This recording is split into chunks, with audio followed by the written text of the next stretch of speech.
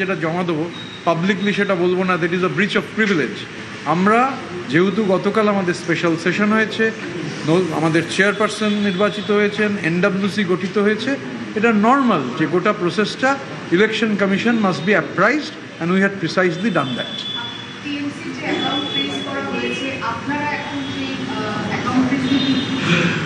এটা মানে account freeze তো আর আমরা করিনি, অ্যাকাউন্ট ফ্রিজ যারা করেছেন বা অ্যাকাউন্ট এটা মানে পুলিশের মানে তদন্তকারী সংস্থা তাদের ব্যাপার, সেটা নিয়ে আমরা কি করে কি বলবো। গতকাল যখন আপনাদের জাতীয় কর্মী সমিতির বৈঠক এবং তার সিদ্ধান্ত গৃহীত হয়ে আপনারা যখন সাংবাদিক সম্মেলন করছেন, তার কিছু পরে কালীঘাট তৃণমূল কংগ্রেসের তরফ থেকেও তাদের তরফ থেকে জাতীয় কর্মী সমিতি তৈরি করে জমা দেওয়া হয়েছে, সেই বিষয়ে আপনাদের না, আমি কেন এই নিয়ে কোনো প্রতিক্রিয়া দিতে যাব? হয়তো দেখা যাবে যে তালিকা জমা দেওয়া হয়েছে, সেই তালিকা থেকে দেখা যাবে দুজন হচ্ছে কালকে বলছেন তারা সেই পদত্যাগ করছেন। তো এই নিয়ে বলতে গিয়ে সময় নষ্ট করার কোনো মানে নেই। 18 বছর যিনি চেয়ারপারসন ছিলেন তাকে কি আপনারা কোনো সাম্মানিক পদের জন্য অফার করবেন? আমরা তো বলেছি, বারবার বলেছি, এক কথা তো বারবার রিপিট করার কোনো মানে হয় না। আমরা বলেছি তো যে উনি আমাদের প্রধান পরামর্শদাতা হিসেবে থাকুন। কালীঘাটে মমতা বন্দ্যোপাধ্যায় প্রতিদিন বৈঠক করছেন, সেখানে আপনার কি মনে হচ্ছে উনি কর্মীদের পালস বুঝতে চাইছেন, যে নিজের প্রতি কর্মীরা আসছেন নাকি ভাইপো এখনো পর্যন্ত তাকে মেনে নিচ্ছে কিনা, এর জন্য বৈঠক? এটা আমি বলতে পারবো না, কী করে বলবো? আমি তো মাইন্ড রিডার নই, আর আমি তো ওখানে উপস্থিত নেই। বরং মানে যারা ধরুন যাচ্ছেন, মানে যাচ্ছেন, আজকে গেছেন, কালকে আর যাবেন না, বা কালকে যাবেন পরশু আর যাবেন না, এদের জিজ্ঞাসা করলে বরং বেটার বোঝা যাবে। আজকে বিধানসভায় মুখ্যমন্ত্রী আপনাদের সমস্ত প্রশ্নের উত্তর দিয়েছেন, কিন্তু শোভনদেবের প্রশ্নের সেই অর্থে উত্তর দেননি। তাহলে কি তারা কোনোভাবে যে তৃণমূল তাকে পাত্র দিচ্ছেন না? এগুলো মানে এই প্রশ্নের আজকের এখানে নির্বাচন কমিশনে এসেছি, মানে আপনি যে প্রশ্ন করছেন সেই প্রশ্নের কোনো প্রাসঙ্গিকতা নেই এখানের সঙ্গে।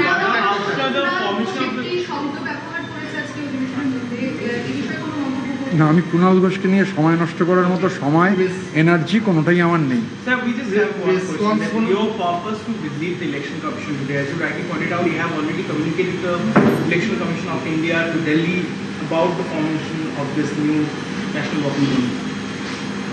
It's a routine process. Whenever there is a special session or any session, it must be apprised to the Election Commission of India and to the state body also. So that's a normal process. We have just followed what needs to be done. That we have done. Amit, what is going on? Are you also claiming the party symbol that belong to your, We are the Trinamool Congress, so no question of claiming the party symbol arises. But the Mamata Banerjee has also submitted a fresh, list of National Working Committee yesterday. The day you held it. If she has submitted, then it's for the Election Commission to decide. Okay. Aruta, one question. We are given to understand that 6 MPs, MLAs have been, suspended or expelled from the party by Mamata Banerjee's camp today. Did you have? I don't know. Any communication, any letter? No. There is no communication. It's a social media party. Everything comes on the social media, and everything. I am telling you that what has happened in the last few days. You announce a name, the name of whom you were announcing, he is sitting with us. The name you were announcing, next day he or she is going away. You are announcing a name, next day he or she is submitting resignation.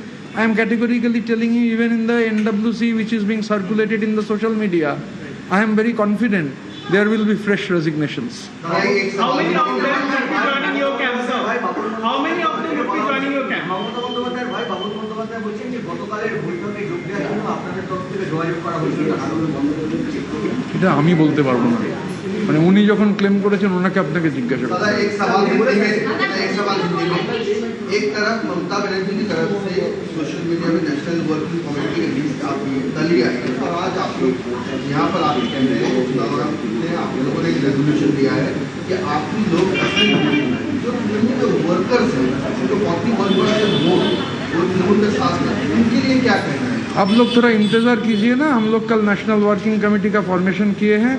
आने वाले 21 दिन के अंदर राज्य state committee, हर जिला का district president, district committee, frontal organisation का स्टेट हेड, सब नाम आ जाएगा। थोड़ा इंतज़ार कीजिए।